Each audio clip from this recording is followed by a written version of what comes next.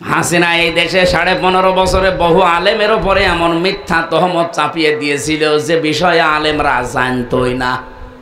কথা বলে না কেন? ওর মতো ফ্যাসিস্ট যারা, তাদেরকে আল্লাহ দুনিয়া থেকে ওইভাবে বিদায় দিচ্ছে। বাশার আল আসাদকে দিয়েছে, এই যে আজকেও দিয়েছে একজনকে নেপালে না,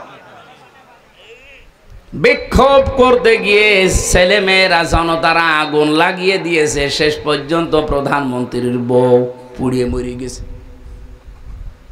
এটা তো আল্লাহ সিম্পল দেখাচ্ছে, এটা কিন্তু কোরআনের কথা। দুনিয়ায় যদি কেউ কোনো অপরাধ না করে তার উপরে দোষ আপনি চাপিয়ে দেবেন, আপনাকে দিয়ে ওই দোষ আল্লাহ করাবেই, নয়তো আপনার মরণ হবে না। অনেকে আবার এই জায়গায় একটা সুযোগ খোঁজে যে মরণ যদি না হয় তাহলে বেঁচে থাকতে তো পারবো। কত বড় শয়তান বলে! আরে ভাই, আমি নিজে তো ভিকটিম। আমার উপরে দেশ চাপিয়ে দিয়েছিল যেটা, ও বিষয় আমি জানতামই না। আমার জঙ্গি মামলা দিয়েছিল, আমি নাকি আনসারুল্লাহ বাংলা টিমের সারা বাংলাদেশের প্রধান, অথচ ছাতাছে কি আমি আজ পর্যন্ত জানি না। অথচ আল্লাহ এমন একটা বাতাস ঘুরিয়ে দিয়েছে, সারা পৃথিবীতে এখন সবচাইতে বড় জঙ্গিদের তালিকায় হাসিনা। আল্লাহ নারাজ হয় কখন? যখন দেখেন এই লোকটা গীবত করছে। আল্লাহ সবচাইতে রেগে যায়। এর উপরে আর একটা আছে, 3 নাম্বারটা পেয়েছি আমি। আল্লাহ পাক বলেন আমি আরো রেগে যাই যখন বান্দার উপরে দেখি এই লোকটা মিথ্যা কথা বলছে। এটা তো আর দেশে নেই। 63 বছরের জীবনী, অথচ আমাদের যিনি আদর্শ, আমি যে বললাম সাবধান, কার আদর্শ অনুসরণ করছেন প্রশ্নবোধক চিহ্ন এমনি দেয়নি। 63 বছরের জীবনে এই মানুষটা একটা মিথ্যা কথা বলেনি। সেই লোকটার জীবন চরিত্র নিয়ে আজকে আলোচনা হবে। অথচ আপনারা যারা আদর্শ মেনে আনন্দে লাফান, তার জীবনে পোড়াটাই মিথ্যা দিয়ে ভরা। ঝিনাইদহ বাসী এখানে শুধু এই হাজারো মানুষ শুনছে না, এটা রেকর্ড হয়ে তামাম দুনিয়া চলছে। এখন সারা পৃথিবীর মানুষকে জানাবো, যাদের আদর্শ অনুসরণ করেন, বিবেকের কাছে একটু প্রশ্ন করেন ওই লোকটা আসলে চরিত্রবান কিনা। যদিও অনেকের রাগ হয় বলে ডাইরেক্ট বলা দরকার কি, আপনি গোপন রাখতে পারেন না। না, সত্য কোনোদিন গোপন থাকে না। বাংলাদেশে এখন চরিত্রবান সত্যই মানুষ যদি ছাত্র সংগঠনে আপনি খুঁজতে চান, ইসলামপন্থী ছাত্র সংস্থা ছাড়া আপনি খুঁজে পাবেন না। যারা ইসলাম দিয়ে রাজনীতি করে আপনি দেখেন, সে যারাই হোক, যারা ইসলাম দিয়ে রাজনীতি করে, সে ইসলামী ছাত্র শিবির হোক, ইসলামী ঈশা ছাত্র আন্দোলন হোক, আর অন্যান্য যত দল আছে যারা ইসলাম দিয়ে রাজনীতি করে, এই ছেলেদের চরিত্র এখনো পর্যন্ত ঠিক আছে। ইসলামের বাইরে যারা রাজনীতি করে ওদের চরিত্র বলতে কি আছে আপনি দেখান। আমি জাহাঙ্গীরনগরে প্রথমে ছিলাম, চান্স পেয়েছিলাম প্রথমে ওখানে। আমি দেখেছি সকালবেলা কুলি করছে মদ দিয়ে, ছাত্র পিটাচ্ছে শিক্ষককে। এখনো পর্যন্ত এরকম বেয়াদব বাংলাদেশে আছে না নেই? আজকে একজন এরকম বেয়াদবি করছিল দেখলাম। শিক্ষকের সামনে যদি টেবিলে চাপড় দিয়ে চোখ গরম করে তুই তোকারি করতে পারে, ও জীবনে কি করবে? আমাদের ইমাম, যিনি ইমাম আবু হানিফা রহমতুল্লাহ আলাইহি, এমনিতে এত বড় হননি। তার জীবনী পড়তে গিয়ে দেখলাম তিনি প্রথম জীবনে গরিবের সন্তান ছিলেন। ছোট বয়সে তার মা দিয়েছে তাকে মাদ্রাসায়, মক্তবের শিক্ষক তাকে পড়াচ্ছে আলিফ বা তা সা। উনি প্রতিদিন এই কায়দা আমপারা কোরআন যায় বলেন, কাঁধে করে নিয়ে যায় মাদ্রাসায়, আবার আসে, কিন্তু পায়ে জুতা নেই।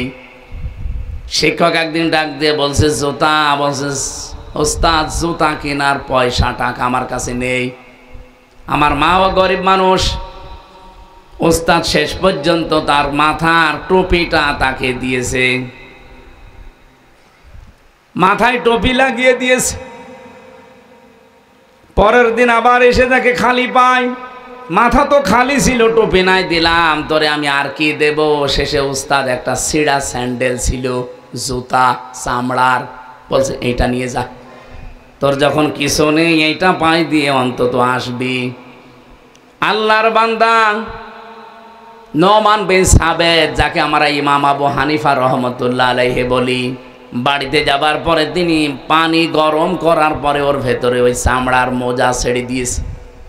জুতাটা ছেড়ে দেওয়ার পরে গরম পানিতে ওই যে মাঝখান থেকে যে চামড়াটা বের হয়, সতীর মতো দেখতে, চামড়ার মতো, ওইটা দিয়ে উনি সেলাই করেছে, মাকে দিয়ে উনি টুপি বানিয়েছে। পরের দিন যখন আসে দেখে খালি পায়। ওস্তাদ রেগে গেছে, তোরে দিলাম আমি স্যান্ডেল বা জুতা, পায়ে না দিয়ে খালি পায় কেন? ইমাম আবু হানিফা কেঁদে ফেলেছে, ডাক দিয়ে বলে, ওস্তাদ আপনার পায়ে দেওয়া জিনিস আমি পায়ে দেব কি করে? আমি নিজে আমার মাকে দিয়ে পানি গরম করি, ওইটা এই যে কাপড়টা মাঝখানে ছিল ওইটা আমি এখন এই যে সেলাই করে টুপি বানিয়ে ফেলেছি। এলেম এমনি আসে আপনার কাছে?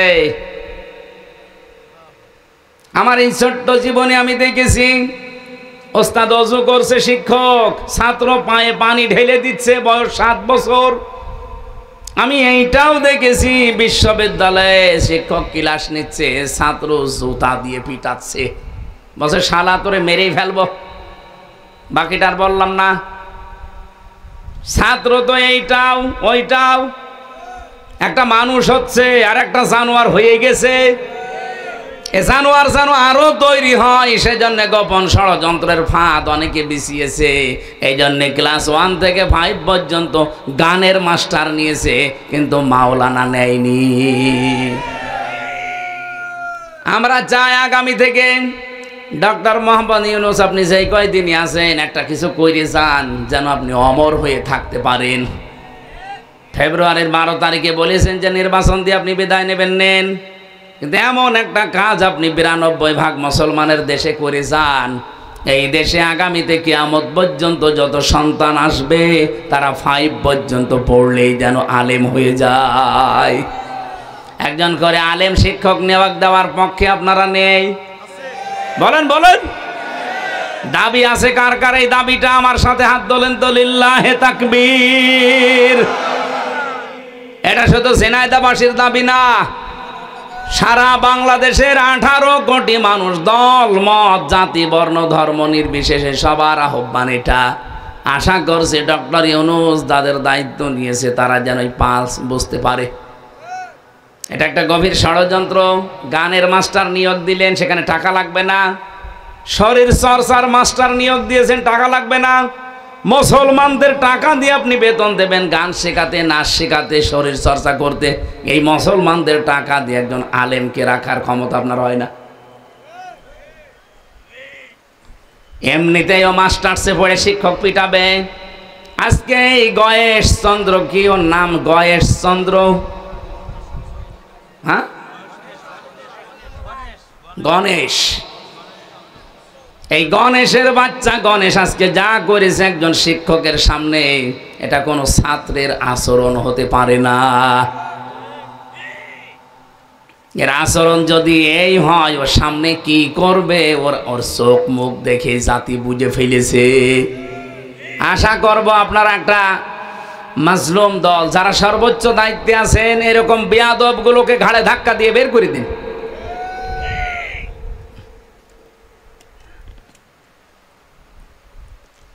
আমার ভাইরা, মিথ্যা কথা বলা বন্ধ করা দরকার। মিথ্যা সকল পাপের মা বা মূল।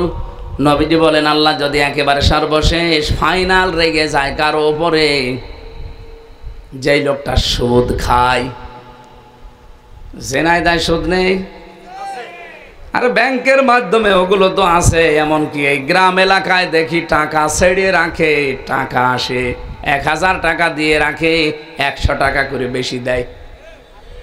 ও কিন্তু জানে এটা সুদ, ও জানে এটা মায়ের সাথে জেনা করার শামিল, তারপরও খায়।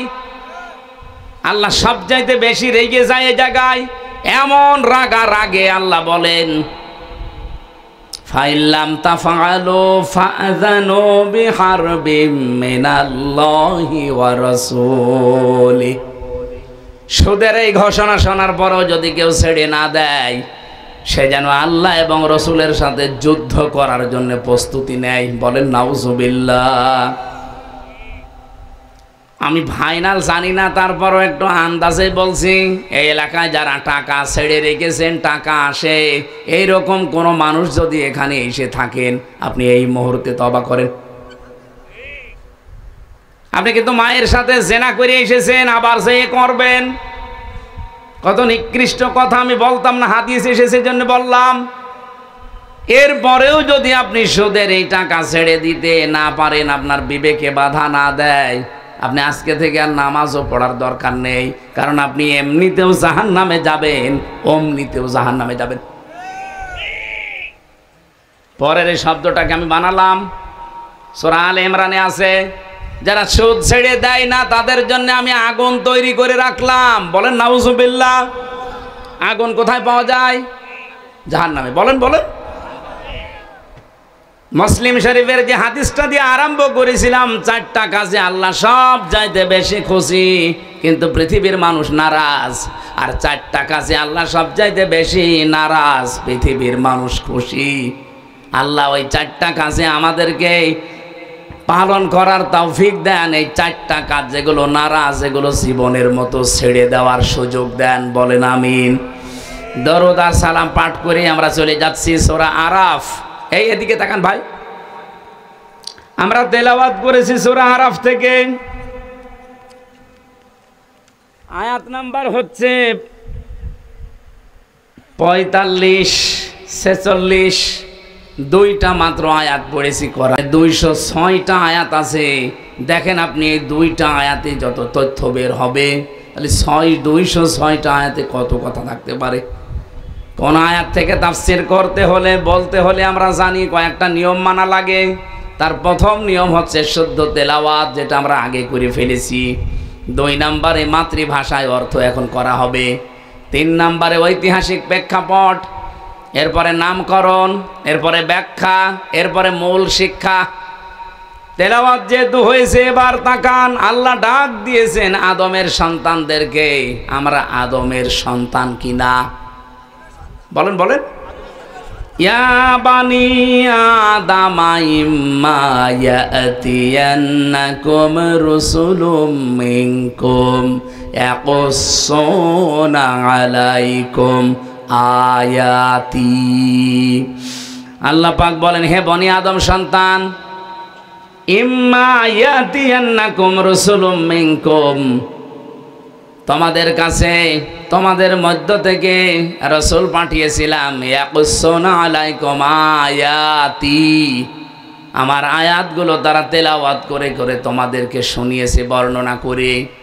এখান থেকে কয়েকটা শিক্ষা আমরা আগে নেই, তারপরে বাকিটা। 3 নম্বরে পেয়েছিলাম, কোন আয়াত থেকে যদি আপনি কথা বলেন, ওই সূরার নামকরণ কিভাবে হয়েছে, ওই কোন সূরা থেকে, এইটা আগে জনগণকে জানাবেন। আমরা যেহেতু সূরা আরাফ থেকে আলোচনা করছি, আরাফ শব্দের শাব্দিক অর্থ হচ্ছে জান্নাতি আর জাহান্নামী মানুষের ঝগড়ার স্থান। 2 নম্বর ব্যাখ্যা, আরাফ মানে জাহান্নাম আর জান্নাতের মাঝখানে একটা প্রাচীর, একটা দেওয়াল। নবীজি বলেন, এখানে আল্লাহ কিছু মানুষকে বসিয়ে রাখবে। অবাইনাহুমা হিজাব ওয়া আলাল আরাফি রিজালুন ইয়ারিফুনা কুল্লাম বিসিমাহুম ইলা আখিরি আয়া। রব্বুল আলামিন বলেন, তাদের মাঝখানে একটা হিজাব বা পর্দা দেওয়া থাকবে, যেটা প্রাচীর বা দেওয়াল বলা হয়। কিছু মানুষকে আল্লাহ ওখানে বসাবে, ওদেরকে আল্লাহ জান্নাতেও দেবে না, জাহান্নামেও দেবে না। হাদিসের শেষ পর্যন্ত আমি পড়ে দেখেছি, কোথায় দেবে এ কথা আর নেই। এখন আমার প্রশ্ন, সাহাবী এই প্রশ্নই করেছিলেন, হে নবী, এদেরকে আল্লাহ জান্নাতে দেবে না কোন কারণে? নবীজি ব্যাখ্যা করতে গিয়ে বলেছিলেন, সাহাবী, এদের জীবনে সব ভালো ছিল, কিন্তু মা বাবার সাথে সম্পর্ক ভালো ছিল না। ঝিনাইদা বাসি এটা পড়লে আমার কেমন যেন ভয় লাগে। বাংলাদেশে আমরা বহু সন্তান এমন আছি, সব আমাদের ভালো, কিন্তু মা বাবার সাথে সম্পর্ক আমরা ভালো করতে পারছি না। কথা বলেন না কেন? এই জায়গায় যারা সব চাইতে বড় বাধা, আমার মা বাবার সাথে আমার সম্পর্কটা খারাপ করার পেছনে, আমি তো কয়েকটা মানুষকে খুঁজে পেয়েছি, দেখেন তো আপনার সাথে মেলে কিনা। 1 নম্বরে আমার শাশুড়ি, 2 নম্বরে আমার বউ। তাই বলে আমারটা না, ওইটা বলে আমি মায়ের খাবো?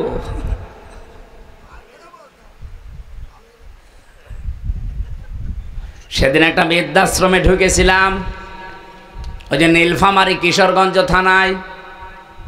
ঢোকার পরে আমাকে বলছে, হুজুর দেখেন তো, যে দেখি এই পাশে 25 জন মা, এই পাশে 25 জন বাবা বসে আছে। আমার দেখে হাও মাও করে সব কাঁদতেছে, যার কাছে যায় সেই হাত ধরে কাঁদে। বয়স হয়ে গেছে প্রায় 70, 80, 90 এরকম। একজনকে জিজ্ঞাসা করলাম, কি বাড়ি কোথায়, ছেলে মেয়ে কয়টা? বলছে আমার 3টা ছেলে মেয়ে, 2টা থাকে একটা বাইরের দেশে লন্ডনে আমেরিকায়, আর একটা মেয়ে থাকে অস্ট্রেলিয়ায়। আপনি এখানে? ওরা দেশে ছিল, কিন্তু ওদের স্ত্রীর কারণে আমাকে ঘরে রাখতে পারে নাই। ওরা 2 জন বৌমা আধুনিক, তারা বলেছে এই বুড়ি বাড়ি থাকলে তোমাদের কাছে আমরা থাকবো না। শেষ পর্যন্ত ছেলেরা আর মেয়ে মিলে আমাকে রেখে গেছে এই বৃদ্ধাশ্রমে। খুব কষ্ট হয় মাঝে মাঝে ওই নাতিদের কথা মনে উঠলে। এই বয়সটা একটু নাতি নাত করে যারা থাকবে তাদের নিয়ে একটু খেলাধুলা আনন্দ করব, অথচ এই নিঃসঙ্গ জীবনে পড়ে আছি। এখন শুধু গণনা করছি আল্লাহ কবে আজরাইল পাঠাবে। এই মেয়েটা যাদের দোষ দিল, আমি তো শুধুমাত্র এই মেয়েটা দিয়েছে দোষ তা বলছি না, বাস্তবে এটা হচ্ছে কিনা বলেন তো? যে মা বাবা এত কষ্ট করে আপনাকে এই 25 বছর 30 বছর পর্যন্ত লালন পালন করেছে, অথচ সেই মা বাবাকে বিয়ের কিছুদিন পরে আমরা অনেকে আলাদা করে দেই, বৃদ্ধাশ্রমে রেখে আসি, এমনকি পালাপালি করে খাওয়াই।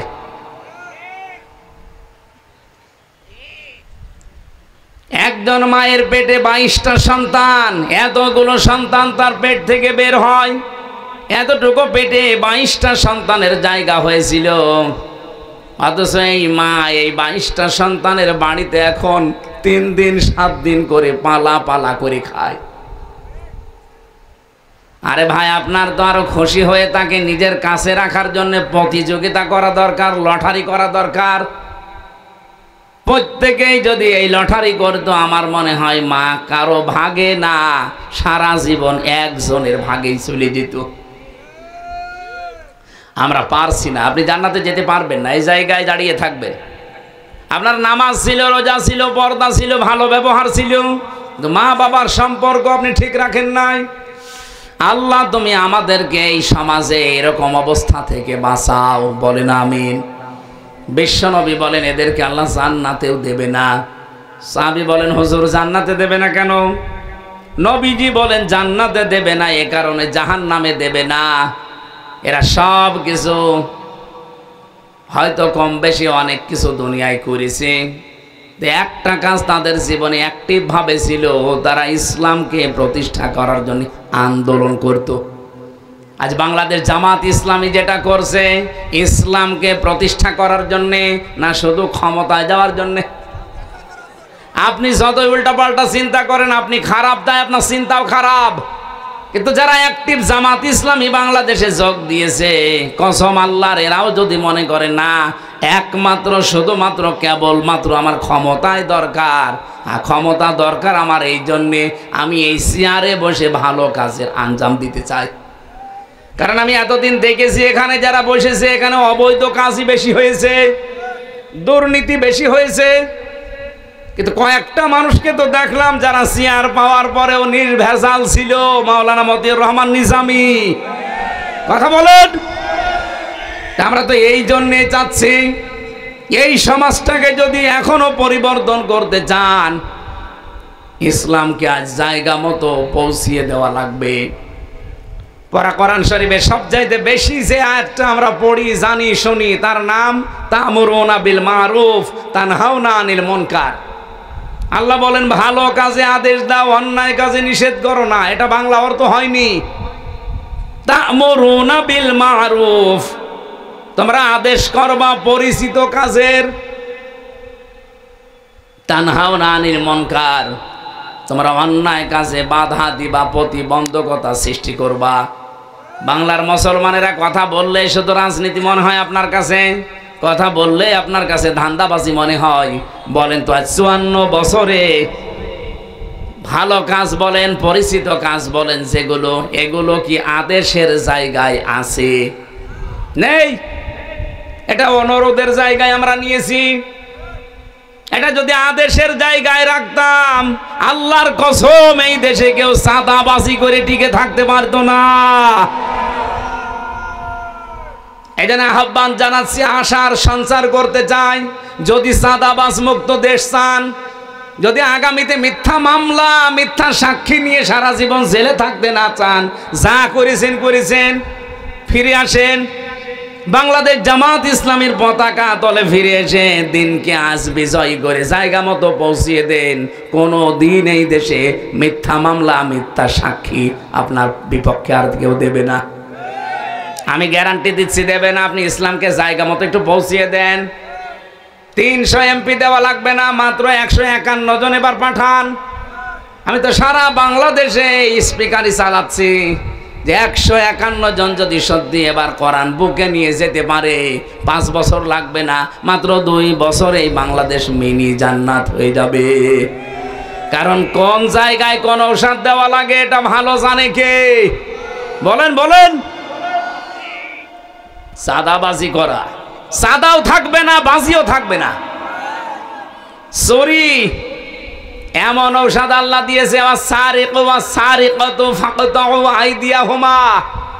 চোর পুরুষ হোক নারী হোক, যদি সাক্ষ্য প্রমাণে ধরা পড়ে কোনো বিচার লাগবে না, হাত কেটে দেন।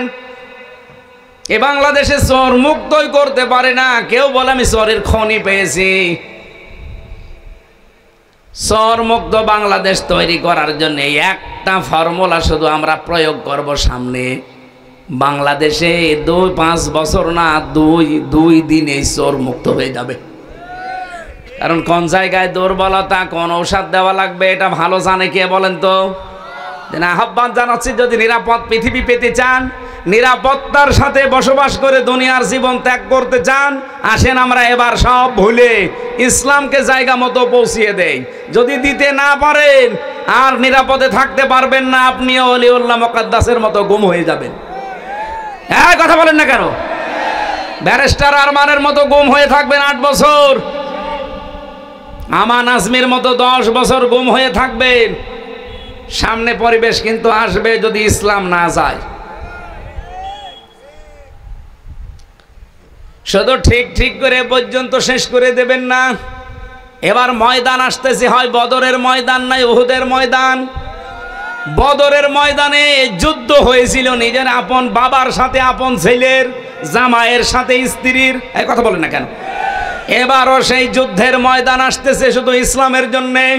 এবার দেখবেন আপনার বাবা আপনার বিরুদ্ধে চলে যেতে পারে, আপনার বউ আপনার বিরুদ্ধে চলে যেতে পারে, কিন্তু আমরা এবার ময়দানকে বদরের ময়দান মনে করব ইনশাআল্লাহ।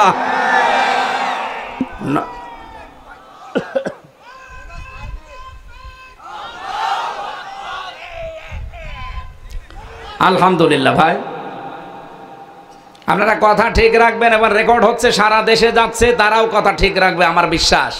কারণ নবীজিও আশঙ্কা করেছিলেন যে বদরে এবার যে যুদ্ধটা নিজের আপন বাবার সাথে ছেলে এক দলে, বাবা আর এক দলে, বউ এক দলে, স্বামী আর এক দলে, এ তো আমার কেমন লাগছে, যাবে তো? সাহাবা একরাম ঠিক ওইভাবে গিয়েছিলেন, মাত্র 313 জন। আল্লাহ বিজয় দেয়নি? বলেন বলেন। হ্যাঁ, হয়তো কিছু মানুষকে আল্লাহ শাহাদত বরণ করিয়েছে। এবার যদি ওই কাজ করা লাগে, শাহাদত বরণ নিজে করব, 10টাকে জাহান্নামে সাথে করে নিয়ে যাব। এই জন্য আগামীতে যে ভোট যুদ্ধ আসতেছে, আমরা আগেই বলে ফেলেছি, এটা শুধু ভোট না, এটা ভোট যুদ্ধ। যুদ্ধের ময়দানে কেউ যেমন সূরা কিরাত পড়ে যায় না, জিনিসপত্র নিয়ে যায়, সাজসজ্জা সজ্জিত হয়ে যায়। আগামী থেকে এই ভোট যুদ্ধে যদি আমরা বিজয়ী হতে না পারি, এখন তো আর কি অবস্থায় আছেন, 100 গুণ খারাপ অবস্থা অপেক্ষা করছে। আমি আজকে ঝিনাইদহ শহরে বলছিলাম, অনেক আলেম পর্যন্ত এখনো পর্যন্ত অ্যাক্টিভ না, বলছে না যদি ইসলাম না আসে তখন আমার ইমামতের কি হবে। আপনি ইমামতি নিয়ে আসেন, আর আপনার এইরকম আশঙ্কা তৈরি হয় কেন যে এবার ইসলাম আসবে না। একটা ছেলে যদি এলাকায় বলে বেড়ায় যে আমার বাবার সম্পদ আমি পাই কি না পাই, পাই কি না পাই, তাহলে মানুষ তারে পাগল বলবে না? যে তোর বাবার সম্পদ তুই পাবি না মানে এলাকার মানুষ পাবে? এই দেশ হচ্ছে মুসলমানদের, 92% মানুষ এখানে মুসলমান। কোরআনের আইন এবার জারি হবে না মানে হতেই হবে ইনশাআল্লাহ। কেউ হীনমন্যতায় ভুগবেন না, কেউ দুর্বল হবেন না, ভয় পাবেন না। ইসলাম এবার ক্ষমতায় যাবে। আপনি দেখেন না ডাকসুর নির্বাচন, একজন পেয়েছে 17,000 ভোট আর একজন পেয়েছে 3,000 ভোট। এখনো সত্যতা যাচাই করতে পারিনি, আসার সময় দেখছিলাম, আমার মনে হয় 12টার পরে ওটা ফাইনাল ঘোষণা আসবে। ঢাকা থেকে শুরু করে সারা বাংলাদেশে শুধু একটাই আওয়াজ হবে, নারায়ে তাকবীর। জবান খুলে বলেন লিল্লাহে তাকবীর। এটা শুনতে চান না এবার, নাকি শুনবেন ওইটা আবার? না, আমরা মুসলমানের এই দেশে আর কোন তাকবীর শুনতে চাই না। যদি তাকবীর শুনতেই হয় লিল্লাহে তাকবীর। মন থেকে বলবেন, হার্টের রোগ থাকলে ভালো হয়ে যাবে। রব্বুল আলামিন বলেন, নবীজি বলেন, এই মানুষগুলো শুধু ইসলাম কায়েমের জন্য চেষ্টা চালিয়েছে, এই জন্য আল্লাহ তাদেরকে জাহান্নামে দিচ্ছে না।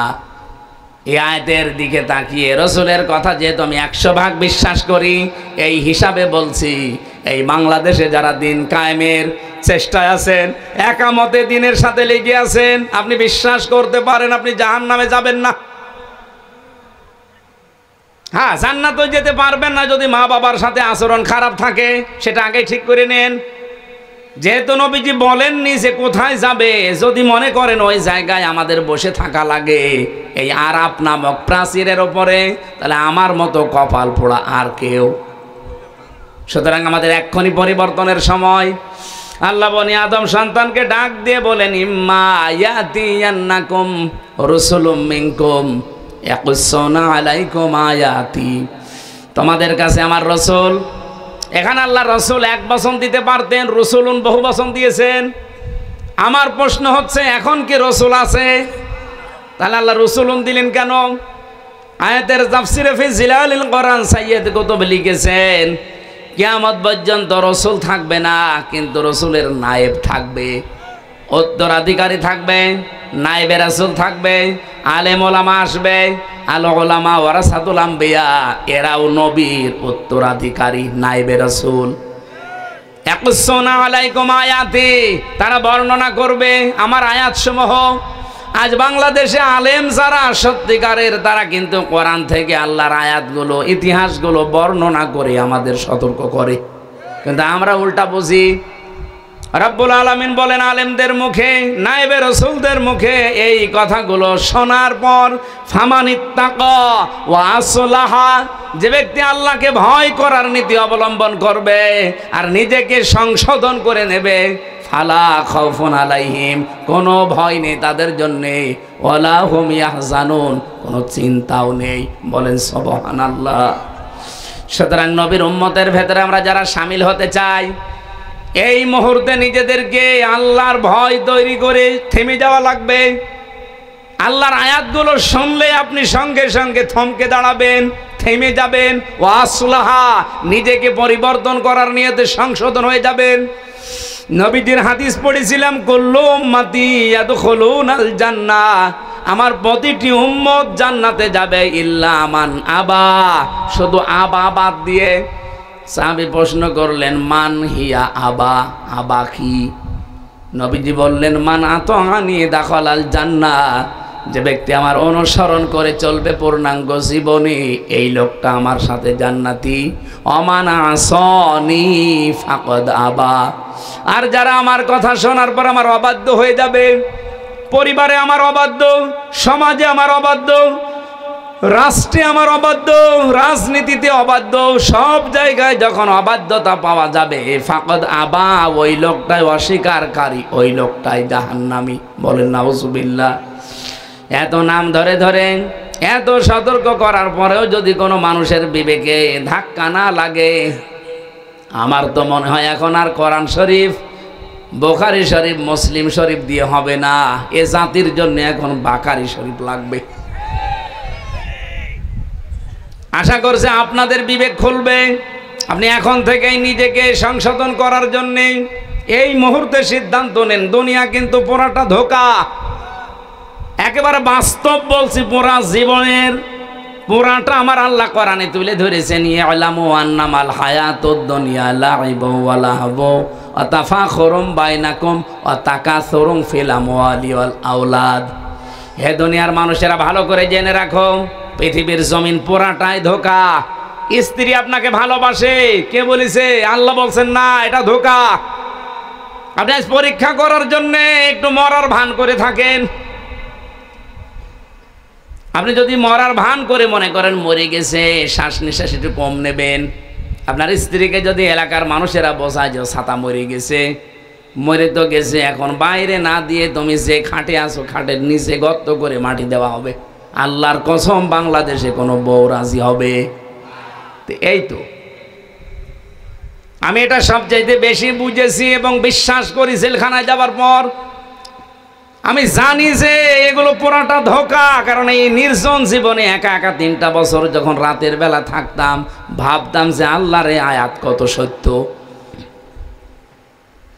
এজন্য দুনিয়ার এই সত্য জীবন যেহেতু ধোঁকা, আল্লাহর ভাষায় আমরা যেন এই ধোঁকায় পড়ে আমাদের বিশাল জীবন নষ্ট করে না ফেলি। এমনকি আমি নিজেও। আল্লাহ আমাকে আগে আমল করার তৌফিক দাও, বলেন আমিন। কোন সন্তানাদির পেছনে পড়ে, কোন স্ত্রী, কোন মা বাবার পেছনেও পড়ে আপনি এমন কোন কাজ করতে যাবেন না যেটার দ্বারা আপনার আখিরাত নষ্ট হয়ে যায়। ইয়া আইয়ুহাল্লাযীনা আমানু লা তুলহিকুম আমওয়ালুকুম ওয়ালা আওলাদুকুম আন যিকরিল্লাহ। এই ইমানদার বলে যারা দাবি করো তাদেরকে বলছি, সন্তানাদি আর সম্পদাদি এগুলো যদি তোমাদেরকে আল্লাহর বিধান থেকে, তার জিকির থেকে, স্মরণ থেকে দূরে সরিয়ে দেয়, অমাইয়া ফাল তালিকা ফাউলাইকা হুমুল খাসিরুন, যারা এরূপ করবে আল্লাহ বলেন এরাই ক্ষতিগ্রস্ত। বলেন নাউজুবিল্লাহ। উলাইকা যেহেতু আল্লাহ দিয়েছেন, আমরা যেন এর ভেতরে কেউ পড়ে না যায়। এই মুহূর্তে আমাদের জীবনকে আমরা আল্লাহর ভয় দিয়ে সাজাবো, সংশোধন করে পরিবর্তন হওয়ার নিয়ত করে।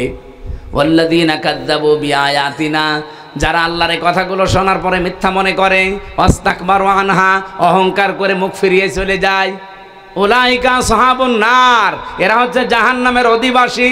হুম ফিহা খালিদুন, চিরকাল তারা সেখানে থাকবে।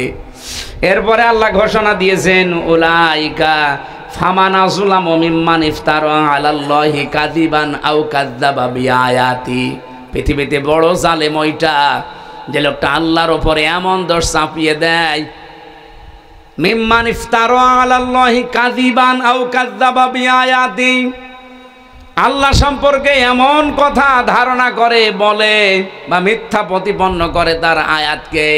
উলাইকা ইয়ানালুহুম নাসিবুহুম মিনাল কিতাব, নির্ধারিত বিধান থেকে তার কাছে কিন্তু তার ভাগ্যে যা লেখা আছে পৌঁছিয়ে যাবে। হাত্তা ইযা জাতুহুম রুসুলুনা ইয়াতাওয়াফাউনাহুম, যখন তার কাছে মরণের ফেরেশতারা চলে আসবে, ক্বালু আইনা মা কুনতুম তাদউনা মিন দুনিল্লাহ, তারা বলবে কোথায় তোমাদের সেই সমস্ত ভগবান, নেতা, খোদা, যারা আল্লাহ বাদ দিয়ে যাদের উপরে ভরসা করেছিলে তাদেরকে নিয়ে আসো। কিয়ামতের কঠিন ময়দানে ওই মানুষগুলো এবার ডাক দেবে, ক্বালু দাল্লু আন্না ওয়া শাহিদু আলা আনফুসিহিম আন্নাহুম কানু কাফিরিন। এ কথা কি বানানো? বিশ্বাস করেন 100 ভাগ সত্য কথা। রব্বুল আলামিন বলেন, ও কলু, সবাই মিলে বলবে, দল্লু আন্না, আমাদের থেকে আজ তারা উধাও হয়ে গেছে। যারা আদর্শ মেনে চলতাম তাকে আর সামনে পাচ্ছি না, যাকে আমি সব কিছুর উপরে রাখতাম সে আমার সামনে আজ নেই। শাহিদু আলা আনফুসিহিম, আমি সাক্ষী দিচ্ছি, স্বীকার করছি আমি জুলুম করেছি আমার উপরে। আন্নাহুম কানু কাফিরিন, আমি কাফের ছিলাম। এই মুহূর্তে এই কথা বলে কোনো লাভ হবে না। পরীক্ষা হয় আমার 1 থেকে মাস্টার্স পর্যন্ত পরীক্ষা দিয়েছি আমি, কোনো দিন প্রশ্নপত্র পরীক্ষার আগের দিন আমি পাইনি। অথচ আল্লাহ যে পরীক্ষা নেবে 1500 বছর আগেই প্রশ্নপত্র ফাঁস করে দিয়েছে। এরপরেও যদি আমরা কেউ ফেল করি, আদর্শ মানার ক্ষেত্রে কাকে অনুসরণ করছেন? যে লোকটা উদাও হয়ে যাবে মরণের পরে আপনার কাছ থেকে, এমন মানুষকে অনুসরণ করা দরকার। মরণের সময় যিনি শিহরে এসে বলবে, ভয় নেই উম্মত, আমি আছি, তোরে জান্নাতে পৌঁছিয়ে দেব। আল্লাহ রাসূলুল্লাহকে অনুসরণ করার তৌফিক। যেহেতু মরণের পরেই কবরের ভেতরে তাকে দেখানো হবে মান হাজার রজুল, এই লোকটা কে ছিল। আপনি যদি সত্যি তার আদর্শ মন থেকে মেনে চলতে পারেন, সঙ্গে সঙ্গে আপনার মুখ দিয়ে বের হয়ে যাবে, হাযা নাবিয়ুনা মুহাম্মাদুর রাসূলুল্লাহ। বলেন আমিন। প্রাণপ্রিয় ঝিনাইদহবাসী, দরবারে ইলাহিতে এই গুরুত্বপূর্ণ সময়ে, রাতের বেলা, রবিউল আউয়াল মাসে শুকরিয়া আদান, সকলে বলেন আলহামদুলিল্লাহ। পৃথিবীর মানুষকে আল্লাহ 4টা জিনিস দিতে পারলে খুশি। এই এদিকে তাকা। পৃথিবীর মানুষকে আল্লাহ 4টা জিনিস দিতে পারলে উনি খুশি, কিন্তু মানুষ এই 4টা পেলে নারাজ হয়ে যায়। আল্লাহ খুশি দিতে পেরে, মানুষ নিতে পেরে খুশি না বেজার? বেজার। এটা মুসলিম শরীফের হাদিস। নবীজি বলেন, 1 নম্বরে আল্লাহ যদি কারো ঘরে কন্যা সন্তান দিতে পারে আল্লাহ খুশি হয়। কিন্তু আমরা যারা দুনিয়াতে আছি, সে যেই হোক, প্রাথমিকভাবে কন্যা পেলেই মানুষ নারাজ। এই যে মেয়ে হলেই মানুষ নারাজ হয়ে যায়, এই স্বভাব কোনো মুসলমানের না, কোনো ইমানদারের না। ওয়া ইযা বুশিরা আহাদুহুম বিল উনসা যাল্লা ওয়াজহুহু মুসওয়াদ্দাও ওয়া হুয়া কাযীম। সূরা নাহলের ভেতরে এসেছে, আল্লাহ বলেন, যখন আপনি কন্যা হয়েছে এই সংবাদ দেবেন, কাফের যারা তাদের মুখ কালো হয়ে যাবে। আরে কন্যা হয়েছে কথা বললে মুখ কালো হয় কাদের? আর বাংলাদেশে কালো হয় কাদের?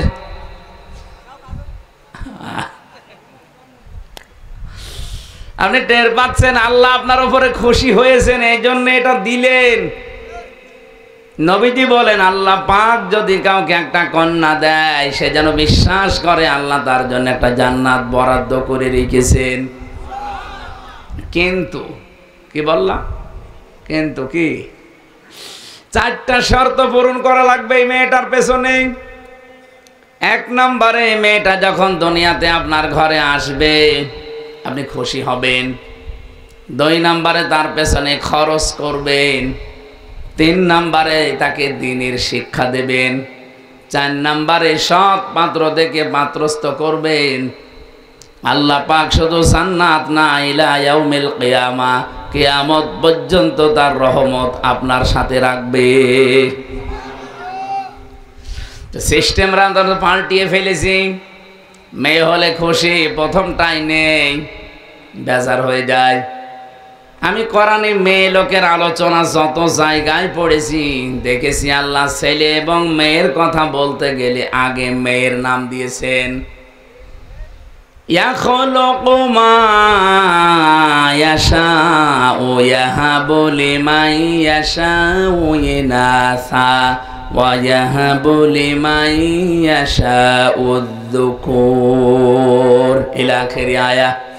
সূরা শুরা এসেছে, তিনি সৃষ্টি করেন, যাকে ইচ্ছা কন্যা দেন, যাকে ইচ্ছা পুত্র দেন। আপনি চিন্তা করে দেখেন, আল্লাহ আয়াত শুরু করার প্রথমেই মেয়ে লোকের নাম নিলেন। আল্লাহ যাকে ইচ্ছা মেয়ে দেন, যাকে ইচ্ছা ছেলে দেন। কেন আল্লাহ আগে যাকে ইচ্ছা ছেলে দেন মেয়ে দেন বলতে পারতেন না?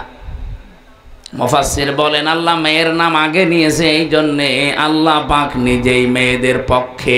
বলেন সুবহানাল্লাহ। বিশ্বনবী জানিয়েছেন এই পৃথিবী আমার কাছে কিছুই ভালো লাগে না, তিনটা জিনিস আমার কাছে প্রিয়, ভালো লাগে, পছন্দ হয়। 1 নম্বরে নামাজ, 2 নম্বরে সুগন্ধি, 3 নম্বরে মেয়ে মানুষ। এখানে মেয়ে লোক বলতে গিয়ে নবী ইমরাতি একালিফ টান দিয়েছেন। মেয়েদের ভেতরে আমার কাছে ভালো লাগে, পছন্দ হয়, মায়া লাগে আমার নিজের স্ত্রী।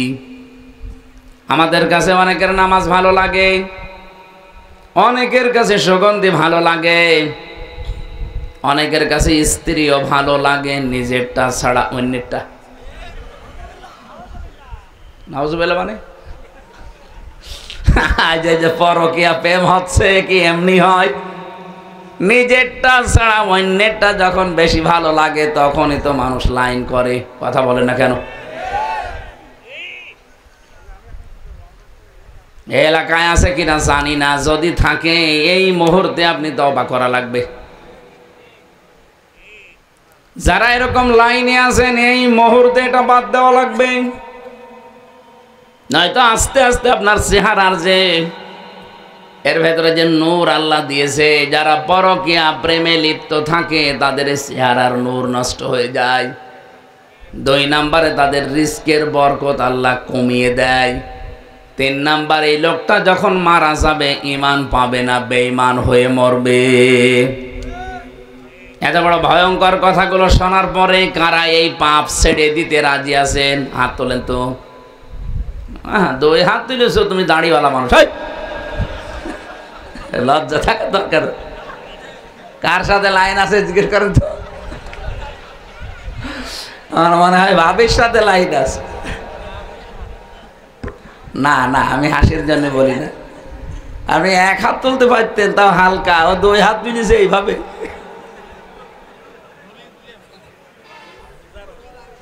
যদি কেউ থেকে থাকেন আশা করছি ওনার মতো ছেড়ে দেবেন। বিশ্বনবী জানিয়েছেন কোন ঘরে যদি একটা আল্লাহওয়ালা মেয়ে লোক থাকে, ওই বাড়িওয়ালা যেন বিশ্বাস করে জান্নাতের একটা টুকরা আল্লাহ তাকে দিয়েছে। এখানে যারা বাবা আছি, মেয়ের বাবা, এই যে 4টা কথা বললাম, যেটা করলে কিয়ামত পর্যন্ত শুধু ইলা ইয়াউমি, ইলা দুনিয়া পর্যন্ত নবী দেননি, ইলা ইয়াউমিল কিয়ামাহ, কিয়ামত পর্যন্ত আল্লাহর দয়া রহমত তার উপরে থাকবে। তাহলে 1 নম্বরে আপনি খুশি হবেন, 2 নম্বরে তার পেছনে আপনি খরচ করবেন সাধ্য মতো, 3 নম্বরে তাকে দ্বীন শেখাবেন, 4 নম্বরে তাকে সৎ পাত্র দেখে পাত্রস্থ করবেন।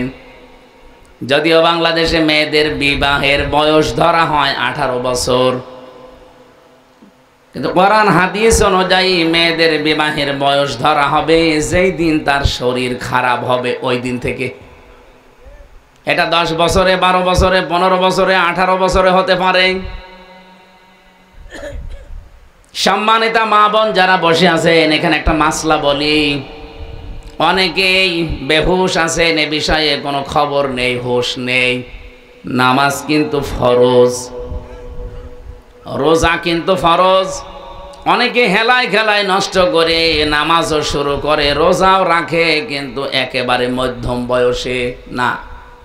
মেয়েদের যেই দিন শরীর খারাপ হবে ওই দিনের পর থেকেই পবিত্র হয়ে তার নামাজ যে আরম্ভ হয়ে গেল জীবনে, রোজা যে আরম্ভ হয়ে গেল, কোনো দিন সে আর এগুলো ছাড়তে পারবে না। শুধু মাসে 3 দিন, 5 দিন, 7 দিন, 10 দিন বাদ দিয়ে ওর জীবনে নামাজও বাদ নেই, রোজাও বাদ নেই। কথা বোঝা গেছে? এ মাসলাটা যারা জানতেন না আজকে থেকে আমল করবেন। আপনার মেয়ে যদি 10 বছরে বা 12 বছরে, 15 বছরে শরীর খারাপ হয়েছে, আপনার স্ত্রী তো জানে, ওর পরে কোনো দিন যেন এই মেয়েটা আর ফরজ নামাজ বাদ দিতে না পারে। যদি হেলায় খেলায় নষ্ট হয়ে যায়, আপনার আমল নামায় কবিরা গুনাহ উঠতে থাকবে। এই যে নামাজ পড়লো না আপনার এই মেয়েটা, বালেগা হওয়ার পরেও কিয়ামতের দিন এই মেয়েটাকে যখন সর্বপ্রথম আল্লাহ তুলবে, আপনারা জানেন সবাই, আউয়ালু মা ইউহাসাবু বিহিল আবদু ইয়াউমাল কিয়ামাতিস সালাহ। কিয়ামতের দিন আল্লাহ তার সামনে দাঁড় করিয়ে সর্বপ্রথম নামাজের হিসাব নেবেন। এই মেয়েটাকে যখন জিজ্ঞাসা করবে, তোমার শরীর খারাপ হয়েছিল 13 বছর বয়সে, আর নামাজ আরম্ভ করেছো 20 বছর বয়সে, এই 7টা বছর যে নামাজ পড়ো নাই, কার আন্ডারে ছিলে? এই মেয়েটা নির্দ্বিধায় ওই দিন কিন্তু আপনার দোষ দেবে। কথা বলেন না কেন? নির্দ্বিধায় বলবে, ওয়াকালাল্লাযীনা কাফারু রব্বানা আরিনাল্লাযীনা মিনাল জিন্নি ওয়াল ইনস নাজআলুহুমা তাহাতা আকদামিনা লিয়াকুনা মিনাল আসফালিন। সূরা হামিম সাজদার 29 নম্বর আয়াতে এসেছে, রব্বুল আলামিন বলেন, কাফেরেরা ওই দিন বলবে, রব্বানা, হে আমাদের প্রতিপালক, আরিনা, আমাদেরকে দেখান, আদাল্লানা মিনাল জিন্নি ওয়াল ইনস, ওই সমস্ত জিন আর মানুষদের যারা দুনিয়াতে আমাদেরকে পথভ্রষ্ট করেছিল, তারা নিজেরা হেদায়ের উপরে চলতো, আমাদেরকে চালাতো না, ওদেরকে ডাক দেন। এখানে ডাক দেন বলতে ডাক দেওয়া হবে সর্বপ্রথম তার গার্জিয়ান, মা আর বাবা, বড় ভাই, এদেরকে। রাব্বুল আলামিন ব্যাখ্যা দিচ্ছেন নিজে কিভাবে কি করবে জানো। এই সন্তানটা মাকে আর বাবাকে দেখার পরে বলবে, কাছে আসেন। নাজআলহুমা তাহাতা আকদামিনা, আল্লাহ কদম দিতে পারতেন, আকদাম বহু বচন দিয়েছেন। আপনার এই আদরের মেয়েটা, আপনার আদরের ছেলে আপনাকে ডাক দিয়ে নিচে ফেলবে আর মুখের উপরে জোড়া লাথি দেবে। আপনার মেয়ের বয়স এখন 17 বছর, আমার জাদু ঘুমাচ্ছে, ঘুমা কর, নামাজে দরকার নেই এখন, অথচ এই জাদু আপনার মুখে জোড়া লাথি মারবে। আমি এটা বানালাম না, বলেন? এখানে হাজারো মানুষ আমরা এরকম চরিত্রের আছি, বহু মানুষ আমি জানি, ছেলেকে মেয়েকে মহব্বতে ভালোবাসায় ফজরের নামাজে ডাকতে চায় না, এমনকি এমন বউ আছে ডাক দিলে আবার রাগ করে। না, অতটুকু মানুষের আবার নামাজ কিও, ঘুমাচ্ছে ঘুমাক, সকালে প্রাইভেট আছে, তা প্রাইভেটে আগে হয়ে গেল। মুয়াজ্জিন সাহেব যে কিছুক্ষণ আগে ডাক দিয়ে গেল, আসসালাতু খায়রুম মিনান নাওম, এই ঘুমের চাইতে নামাজ উত্তম। মুয়াজ্জিন কি বলেছে আসসালাতু খায়রুম মিনাল প্রাইভেট? বলেছে? আপনি কোন কারণে ঘুমাচ্ছেন? আশা করছি যাদের মেয়ে আপনি খোঁজ নেবেন, যদি আপনি দেখেন আপনার স্ত্রীর কাছ থেকে খোঁজ খবর নিয়ে যে আপনার মেয়ে অন্তত এখন 15 বছর, 14 বছর থেকে তার শরীর খারাপ আরম্ভ হয়েছে, কোনো ছাড় নেই, নামাজ তাকে পড়তেই হবে, নয়তো ওই মেয়ের কারণে কিয়ামতের দিন শেষে আবার জাহান্নামে শুধু যাবেন না, লিয়াকুনা মিনাল আসফালিন, বলবে আল্লাহ একে তো জোড়া লাথি মুখে দেব, আমি যেখানে যাই ওকে সেখানে নিয়ে যাব। আসফালা সাফিলিন ইসমে তাফজিলের সিগা, এত নিচে জাহান্নামে নিয়ে যাব যার নিচে আর কেউ যায় না। কে বলবে এটা? আপনার আদরের এই 14 বছরের মেয়েটা। বলেন নাউজুবিল্লাহ। নবীজি এজন্যই জানিয়েছেন, মেয়ে যখন আসবে খুশি হবা, কারণ 4 জন ফেরেশতার সঙ্গে সঙ্গে ওই ঘরের ভেতরে এসে বলে, এই দুর্বল দেহটা একটা দুর্বল দেহ থেকে বের হয়ে এসেছে, এই মেয়েটাকে যা আদর করবে, দিন শেখাবে, সৎ পাত্রে পাত্রস্থ করতে পারবে, কিয়ামত পর্যন্ত আল্লাহর রহমতের ফেরেশতাদের দোয়া তার সাথে থাকবে। এই জন্য আল্লাহ কোনো বাড়িতে যদি মেয়ে দেয় আল্লাহ খুশি। আল্লাহ বলেন, আমি আরেকটু যখন খুশি হই ওই বান্দার উপরে, তখন তাকে রোগ আর ব্যাধি দেই, অথচ এইটা পেলে আমরা নারাজ। আপনি কি জানেন আপনার শরীরে যে ফোঁট বের হয়, এই ফোঁট বের হওয়ার কারণে আপনার পাপ মাফ হয়? শরীর যে গরম হয়, জ্বর হয়, এই জ্বরের কারণে আপনার গোনা মাফ হয়ে যায়। আপনি হোঁচট খেয়েছেন, একটু ব্যথা লেগেছে, রক্ত বের হয়ে গেছে, যা পেয়েছেন কষ্টটা, এর কারণে আপনার একটা পাপ মাফ হয়ে গেছে। এই জন্য মমিনের কাছে যদি রোগ আর ব্যাধি আসে, আল্লাহ বলেন আমি তার উপর আর একটু বেশি খুশি, এই জন্য তাকে মাফ করার এই চিন্তা। কিন্তু আমরা নারাজ হই অনেকেই। 3 নম্বরে আল্লাহ বলেন আমি যদি আর একটু বেশি খুশি হই এই বান্দার উপরে, তখন তার বাড়িতে আমি মেহমান পাঠাই। কিন্তু এখানে আমরা যারা আছি, যে আছি না কেন, মানুষের যে আচরণ, স্বভাব সুলভ, মেহমান দেখলে খুশি হওয়া দূরের কথা, অধিকাংশ মানুষ নারাজ। আল্লাহ বলেন আমি মেহমান পাঠালে একটু বেশি খুশি হই, আর আমরা নারাজ হয়ে যাই। 4 নম্বরে যখন বান্দার উপরে একেবারে খুব বেশি খুশি হয়ে যায়, ফাইনাল, তখন আমি সেই এলাকায় বৃষ্টি নাজিল করি। সিস্টেম অপর পৃষ্ঠায় দেখুন, নবীজি বলেন, এটা মুসলিম শরীফের হাদিস, আল্লাহ পাক সবচাইতে বেশি রাগান্বিত হয় দুনিয়ায় 4টা কাজে, কিন্তু বান্দা বান্দি দুনিয়ায় এই 4 কাজ করতে পেরে খুশি। 1 নম্বরে মানুষ খুশি হয় যৌতুক পেয়ে, আর আল্লাহ নারাজ হয় এইটা দেখলে। এসে নাই দায় যৌতুক নেই। পাশের জেলা আমার কুষ্টিয়া, সংস্কার যখন আরম্ভ হয়েছে, এই 2 মহিলা এতদিন আমাদের মাথার উপরে ছিল, যৌতুক নামে মানবতার সাথে এই মহা কৌতুক আজও বন্ধ করতে পারে নাই। এখন যিনি আছেন তিনিও পারছে না। আশা করছি আগামীতে ইসলাম আসলে এই যৌতুক ঝাঁটা পিটাই করে বিদায় করা হবে। এখানে মনে হয় যৌতুক খাওয়া কেউ নেই। অনেক সন্তান খেতে চায় না, বাধ্য হয় তার বাবা আর মায়ের কারণে। এ বাবা বানা এটা ডাইনি। আমার তো যতটুকু কোরআন হাদিস পড়ে আমি পেয়েছি, কেউ যদি যৌতুকের টাকা খাওয়ার ইচ্ছা করেন, এই ইচ্ছাকে দাবিয়ে রাখার জন্যে আপনি নিজের পায়খানা নিজে খেয়ে ফেলবেন। কি নাউজুবিল্লাহ বলেন কেন? আপনি যদি এইটা শুনে নাউজুবিল্লাহ বলেন, পায়খানা খেলে একটা গুনাহ হয় মাত্র, আর যৌতুকের টাকা নিলে ডবল গুনাহ হয়।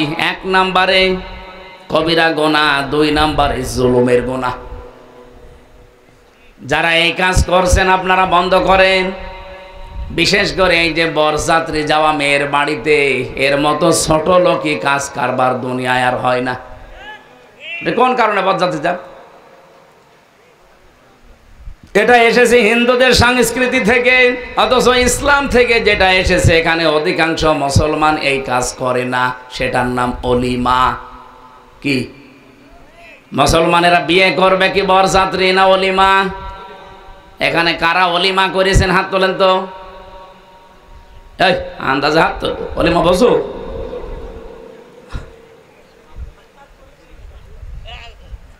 না, এই যে হাত তুলেছে এর কি এখনো বিয়ে হয়েছে নাকি অলিমা বসেও?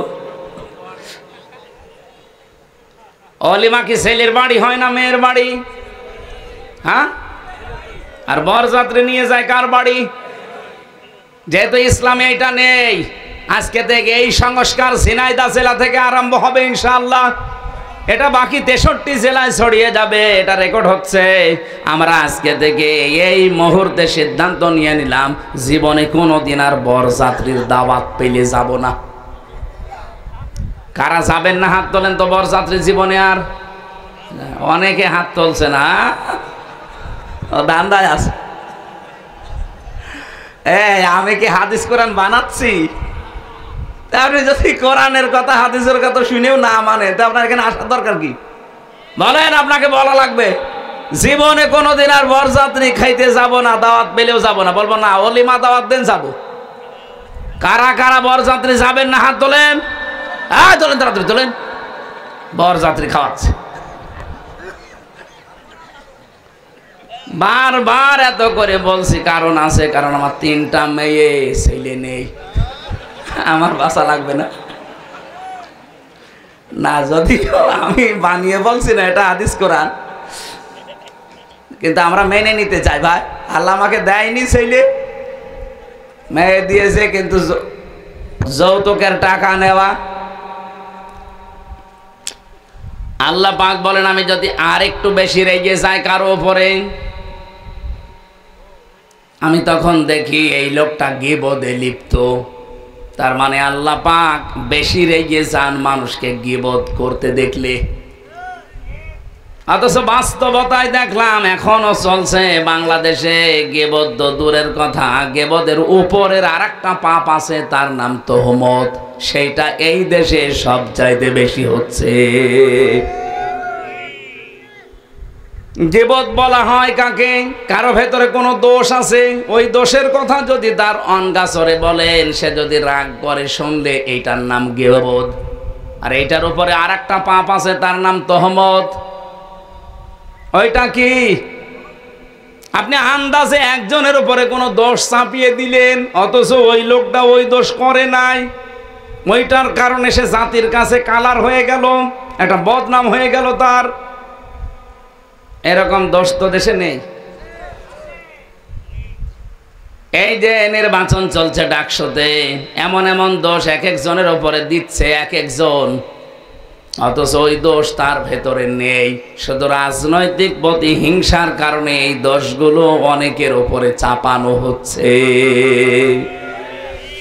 কোরআনে কারীম জানিয়েছে, ওয়ামাইয়া কাসাবা খাতিয়াতান আও ইসমান সুম্মা ইয়ারমি বিহি বারিআন ফাকাদ ইহতামালা বুহতানা ওয়া ইসমান মুবিনা।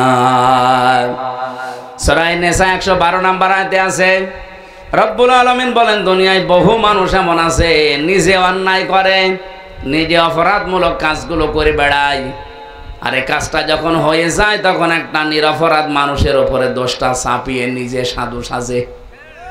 এটা সবচাইতে বেশি করছে, এখন আমি নাম নিলাম না, সেই লোক কে?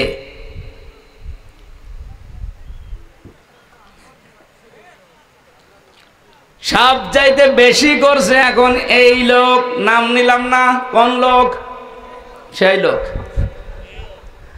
আশা করছি সে বুঝবে, সে যেন থামে। আপনি সাদিক কায়েমের উপরে, ফরহাদের উপরে এমন এমন দোষ চাপিয়ে দিচ্ছেন, ওই বিষয়ে কি তারা কিছু জানেই না? বিশ্বাস করেন আল্লাহর কসম, যে দোষ তাদের উপরে চাপিয়ে জাতির সামনে তাদেরকে কালার করতে চাচ্ছেন, বদনাম করতে চাচ্ছেন, ওই দোষ তো তারা করে নাই। ওই দোষ আপনাকে দিয়ে আল্লাহ দুনিয়ায় করাবে, এরপরে আপনার মরণ হবে। আপনি লাঞ্ছনা গঞ্জনা অপমানের শিকার হবেন দুনিয়ায়, আপনি দেখবেন কি হয় আপনার।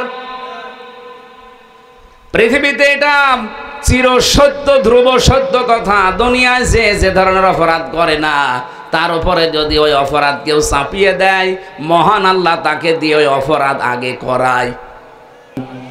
আল্লাহুম্মা আমিন। লা ইলাহা ইল্লা আনতা সুবহানাক ইন্নী কুনতু মিনাজ জালিমিন। রব্বুল আলামিন, যতটুকুই শুনেছি এতটুকুই মেনে চলার তৌফিক দাও। এই সুন্দর আয়োজনে যারা সম্পৃক্ত, আল্লাহ সবাই আসতে না পারলেও যারা আমরা এসেছি, আমাদেরকে তুমি মেহেরবানি করে এই আয়াতটা মেনে চলার সুযোগ তৈরি করে দাও। রব্বুল আলামিন, কিয়ামতের দিন যেন আফসোস না আসে যে কি করলাম। দুনিয়াতে এমন জীবন গঠন করার তৌফিক দাও, আমাদের আদর্শ যেন একমাত্র রাসূলুল্লাহ হয়ে যায়। এই আয়োজনের সাথে যত মানুষ যেভাবে এসেছে, কাউকে একেবারে খালি হাতে ফেরত দিও না। যে যেইভাবে এগিয়ে এসেছে তার কাছে তোমার রহমত ওইভাবেই এগিয়ে দাও। আমাদের দুনিয়ার জীবনটা তুমি আরো আসান করে দাও, জীবন চলার পথ তুমি সহজ করে দাও।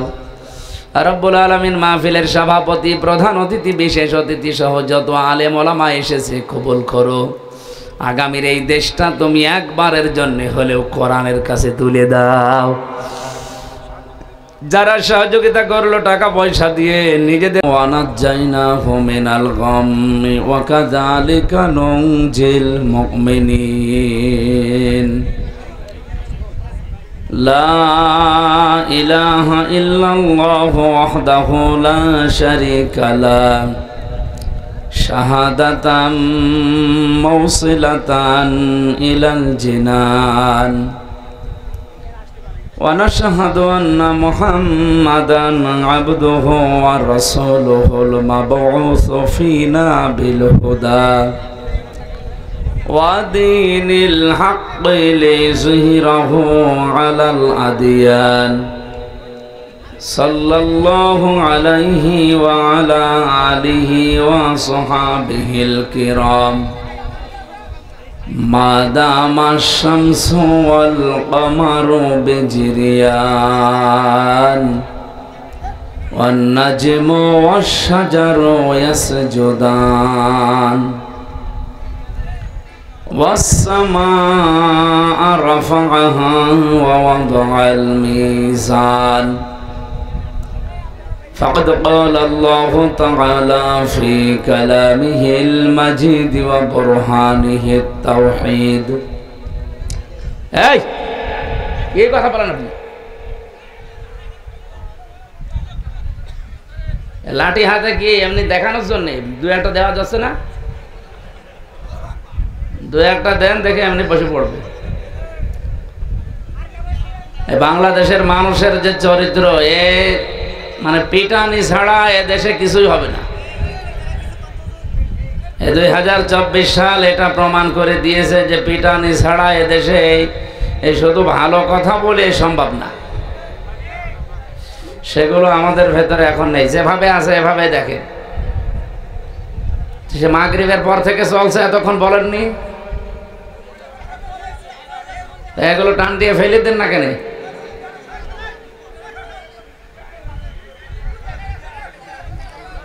এই ছাতা মাতা গুলোর জন্য তার ডিস্টার্ব হয়ে যায় সব জায়গায়। ক্যামেরা কি কালকে থেকে বন্ধ করে দেবো প্রত্যেকটা?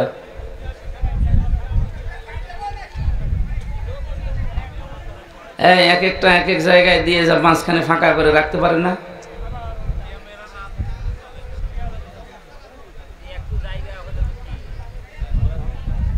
যেভাবে আছে এইভাবে থাকা লাগবে। এখন আর ডিস্টার্ব করলে কিন্তু আমি এখন চলে যাব।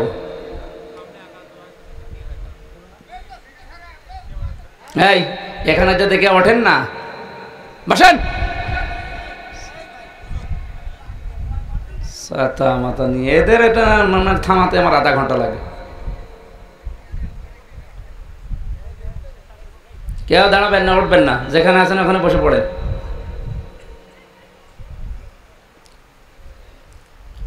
أعوذ بالله من الشيطان الرجيم بسم الله الرحمن الرحيم يا بني آدم إما يأتينكم رسل منكم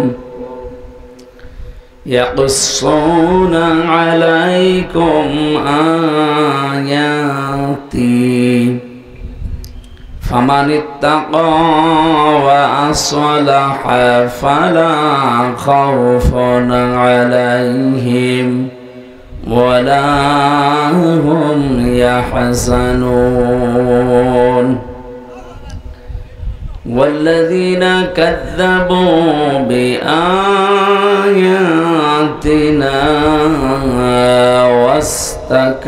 واستكبروا عنها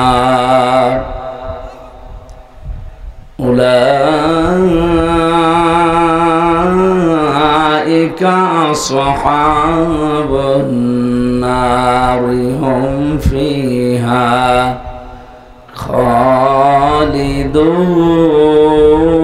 خالدون صدقت يا ربنا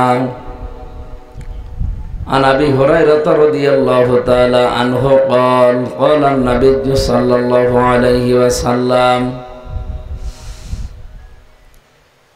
كل أمتي يدخلون الجنة إلا من أبى قيل يا رسول الله صلى الله عليه وسلم من أبى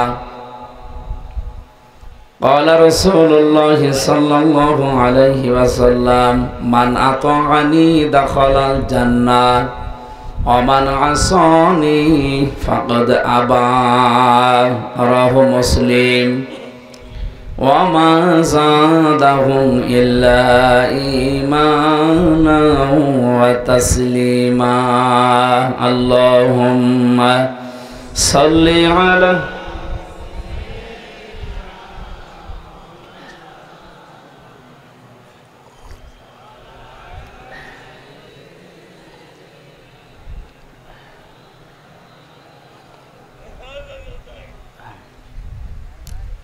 আলহামদুলিল্লাহ। ঝিনাইদহ জেলার সদর থানার অন্তর্গত খড়িখালি সরকারি প্রাথমিক বিদ্যালয় ময়দানে 7 নম্বর মহারাজপুর ইউনিয়ন বিষয়খালী বাজার কর্তৃক আয়োজিত তাফসীরুল কোরআন মাহফিলে এটা আয়োজনে আছে বাংলাদেশ জামাত ইসলামী। এই নামটা বললে আমাদের অনেকের কলিজা ভরে যায়। কিছু মানুষ আছে এখনো পর্যন্ত সেই মানধাত আমলে আছে, তাদের কলিজায় এখনো আগুন লাগে। ইতিহাসবিদ এবং বুদ্ধিজীবী বদরুদ্দিন ওমর, উনি মারা গেছে পরশুদিন। ওনার যে সমস্ত ঐতিহাসিক উক্তিগুলো ছিল তার ভেতরে 1 নাম্বার উক্তি ছিল এই: মুক্তিযুদ্ধের যত ইতিহাস এ পর্যন্ত লেখা হয়েছে এই বাংলাদেশে তার 100 ভাগের 92 ভাগ মিথ্যা। সুতরাং এই ঐতিহাসিক সত্য কথাটা আপনি বাংলাদেশের সাথে মিলান। এই 54 বছরে যারা জামাত ইসলামী বাংলাদেশের উপরে যে দোষটা দিয়ে এদেশের মানুষ থেকে দূরে সরিয়ে রেখেছে এতদিন, উনি একজন ইতিহাসবিদ বুদ্ধিজীবী আমরা জানি। উনি বলছে যত ইতিহাস লেখা হয়েছে এই মুক্তিযুদ্ধ নিয়ে 100 ভাগের 92 ভাগই সব মিথ্যা কথা। সুতরাং জামাত ইসলামী বাংলাদেশ নিয়ে যত ষড়যন্ত্র করা হয়েছে সবগুলো যেগুলো বানোয়াট এদেশের মানুষ এখন জানে। আমাদেরকে অনেকে চেতনায় রাজাকার বলে, অথচ আমাদের দলে সর্বোচ্চ রাজাকারের সংখ্যা ওদের তৈরি করা 37 জন, তারপরে 11 জন মরে গেছে। আর যারা এখন এই ধোয়া তুলছে 24 আগস্টের 5 তারিখের পর থেকে, তাদের দলে রাজাকারের সংখ্যা 1024 জন। এই সত্য কথাগুলো তো প্রচার করেন না। ঝাঁঝর যদি এসে সইকে বলে তোমার পেছনে ফোঁটা, ওর দাঁত মুখ সব খুলে ফেলা দরকার না? সইয়ের পেছনে ফোঁটা কয়টা? আর ঝাঁঝরের? আজ এই দেশে যারা ঝাঁঝর, কোনো চরিত্র নেই, তাদের কোনো চরিত্রই নেই, কোনো চরিত্র নেই। শুধু বলি না, কোনো চরিত্র নেই এমনি বলি না। আপনি দেখান একটা আগস্টের 5 তারিখের পর থেকে বাবা শাহজালাল, কুত্তা বিড়াল সব হালাল, এইভাবে যারা জীবন চালাচ্ছে, তারা বলে এতদিন খাইনি এখন খাবো না। এতদিন তো বাংলাদেশ জামাত ইসলামও খায়নি, তারা খেতে পারে না? 56,000 বর্গ মাইলে আজ পর্যন্ত বাংলাদেশ জামাত ইসলামের বিরুদ্ধে অন্য বানানো বহু দোষ দিয়েছে, চাঁদাবাজি করেছে, এই দোষ আজও দিতে পারেনি। আলহামদুলিল্লাহ। এই জন্য সেই সংগঠন কর্তৃক আজকের এই সিরাতুন নবী সাল্লাল্লাহু আলাইহি ওয়াসাল্লাম মাহফিল, আমার মনে হয় সারা বাংলাদেশের সব জায়গায় কোরআনওয়ালা মানুষগুলোই কোরআনের আয়োজন করা দরকার। কারণ এই দেশ এখন 2 ভাগ। আপনি গোপনে কিছু করেও, প্রকাশ্যে কিছু করেও না, একেবারে ফাইনাল কথা, এই দেশে এখন 2 দল, একটা আল্লাহর দল, একটা শয়তানের দল। কি কথা বলেন না কেন? সুতরাং এতদিন এখানে লক্ষাধিক মানুষ যারা আসতো, এগুলো মানুষ নামে শয়তান। আর আজকে যেগুলো বসে আছে এগুলো সব আল্লাহর দলে, উলাইকা হিজবুল্লাহ, এগুলো আল্লাহর দলের বাইরে কেউ নেই এখানে। এই কথা বলা লাগবে। সুতরাং আমাদের এই মাঠ ভর্তি মানুষ দরকার নেই। আমার এখানে 10 জন হলেই 10 জনে আমরা চাই বদরের ময়দানের মতো যেন 313 জনের মতো হয়। বাংলাদেশ জামাত ইসলামী সারা বিশ্বের একটা পরিচিত নাম। এটা এ মাহফিলের সম্মানিত সভাপতি আহমেদ আলী মেম্বার, আমির বাংলাদেশ জামাত ইসলামী, 7 নম্বর মহারাজপুর ইউনিয়ন ও সাবেক চেয়ারম্যান নমিনি উনি। 7 নম্বর মহারাজপুর ইউনিয়ন। বাংলাদেশ জামাত ইসলামী থেকে যাদেরকে এমপি বলেন, উপজেলা চেয়ারম্যান বলেন, মেয়র বলেন, ভাইস চেয়ারম্যান বলেন, ইউনিয়নের চেয়ারম্যান বলেন, মেম্বার বলেন, যাদের নাম ঘোষণা হয়েছে এরা কেউ পদপ্রার্থী না, এরা সব নমিনি। কথা বুঝতেছেন? পদপ্রার্থী আর নমিনির ভেতরে পার্থক্য আছে। এদেশে 300 মানুষের নাম আমিরে জামাতের মাধ্যমে বাংলাদেশ জামাত ইসলামী ঘোষণা দিয়েছে, এরা কেউ পদপ্রার্থী না, এরা সব নমিনি। আপনি খোঁজ নিয়ে দেখেন, এরা কেউ জানেই না যে আমি নমিনেশন পেয়েছি, তাকে জানানো হয়েছে। বাংলাদেশ জামাত ইসলামী এই দৃষ্টান্ত সৃষ্টি করতে পেরেছে বাংলাদেশে। এই দলে যদি কেউ পদ চেয়ে নিতে চায়, ও কিয়ামতের আগেও পাবে না। অথচ অন্য দলে আমরা দেখি এই পদ পাওয়ার জন্য মানুষ মারামারি করে মরে যায়। ঝিনাইদহ নেই, এখনো তো শুরু হয়নি, হোক, দেখেন কি হয়। অথচ 300 মানুষের নাম সারা দেশে ঘোষণা হয়েছে, কেউ তো মারা যায়নি। আর আমি দেখলাম যাদের নাম ঘোষণা হয়েছে প্রত্যেকে ওই দিন কন্দন করেছে। এটা একটা বিশাল বোঝা। সংগঠন বাদ দিয়ে অন্য কেউ যদি আমাদের ওপর এটা চাপিয়ে দিত, সত্য কথা বলছি, আমরা সত্যি এটা নিতাম না। কিন্তু সামি'না ওয়া আতা'না এই কথা বলে যেদিন এসেছি, যে শুনলাম এবং আল্লাহ রসুলের বাইরে যদি কিছু না হয় মেনে নিলাম, এই জন্য আমরা কিছু বলতে পারি না। এই দৃষ্টান্ত যেহেতু বাংলাদেশ জামাত ইসলামী সৃষ্টি অলরেডি করে ফেলেছে, তাদের কাছ থেকে আপনারাও শিক্ষা নেন। এখনো 73টা দল আছে এই দেশে। কত? 73টা। আশা করছি সবাই বাংলাদেশ জামাত ইসলামীকে মডেল মনে করবেন, কারণ এই দেশে যা কিছু করতে চান ভালো, জামাত ছাড়া আপনি অন্য কারো কাছে পাবেন না। যা আছে, আমি বাংলায় কথা বলছি, সবগুলো ধোঁকাবাজি, প্রতারণা, এই 2 নাম্বারই, এই মুখ জোর করা ছাড়া, এই চাপাবাজি ছাড়া কিচ্ছু নেই। আপনি রিমান্ডে নিয়ে পিটাবেন, দেখবেন সব বলে দেবে। আজকের মাহফিলের প্রধান অতিথি, আপনারা যার নাম এতক্ষণ শুনলেন, দেখলেন, তার কথা শুনলেন, অধ্যাপক আলী আজম মোহাম্মদ আবু বকর। অনেক বড় নাম, আল্লাহ যেন বড় করেন, বলেন আমিন। উনি আমির বাংলাদেশ জামাত ইসলামী ঝিনাইদহ জেলা শাখার। জামাত শুধু এখন জেলায়, থানায়, উপজেলায় নেই, ইউনিয়নে নেই, এখন ওয়ার্ড পর্যন্ত চলে গেছে। অথচ এই দেশে যাদের ওয়ার্ড না, ইউনিয়ন না, থানা না, উপজেলা না, জেলা না, বিভাগ না, শুধু কেন্দ্রের সভাপতি আর সেক্রেটারি, তাছাড়া আর কেউ নেই। তাদের গলাবাজি দেখেছেন? তাদের ফাপড় দেখলে মনে হয় সারা দেশই তাদের, অথচ সে নিজে সভাপতি আর ছেলে সেক্রেটারি। আমি জেলখানায় পেয়েছিলাম, আমি যে ভবনে থাকতাম ওই ভবনের পাশে একজন ছিল, তার নাম আব্দুল মতিন। উনি আল্লাহর দলের সভাপতি।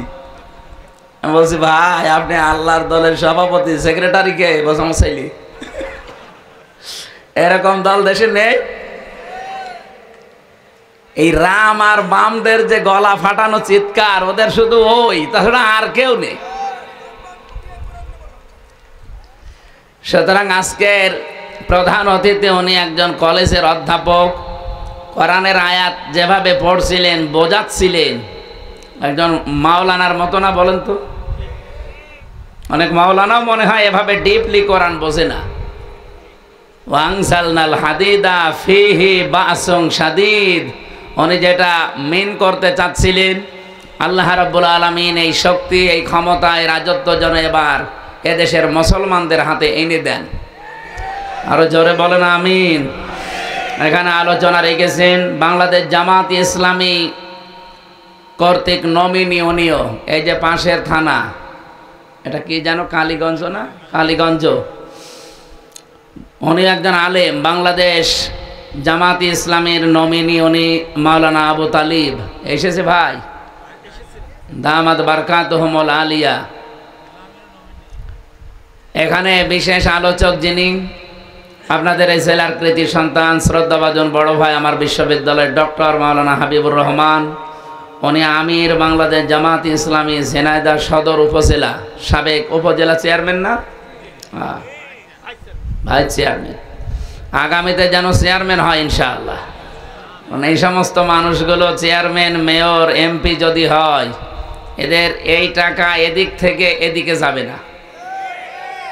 তো বাকি যাদেরকে তো দেখলাম যারা এখন এই যে গলা ফাটাচ্ছে, ওরা বারবার 5 বার চ্যাম্পিয়ন হয়েছে।